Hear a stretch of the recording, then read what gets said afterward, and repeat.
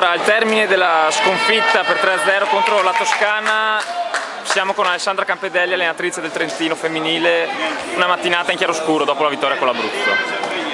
L'Abruzzo ci abbiamo provato, anche perché abbiamo sofferto molto la sconfitta, sonora sconfitta che avevamo subito ieri. Con la Toscana sono molto forti per noi.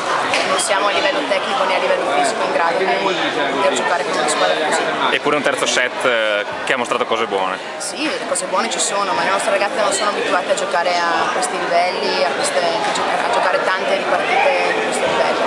Quindi anche se io mi arrabbio, so che da loro qualcosa in più si può pretendere, però non contro la Toscana, insomma.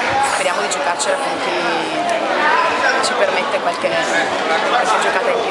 Comunque l'importante è divertirsi anche in queste occasioni. Certo. Sappiamo che divertirsi si diverte più quando si gioca bene, però insomma l'importante è fare queste esperienze, perché se non iniziamo a farle per noi trentini è un problema.